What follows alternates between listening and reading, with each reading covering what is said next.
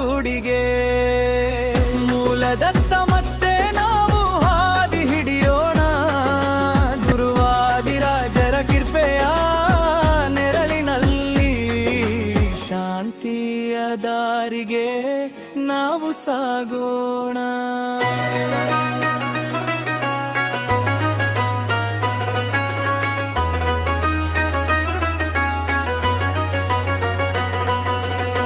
ಕಾಲದ ಗರ್ಭದ ಮೌನದಲ್ಲಿ ಅಡಗಿದ ಕಥೆ, ದೈವ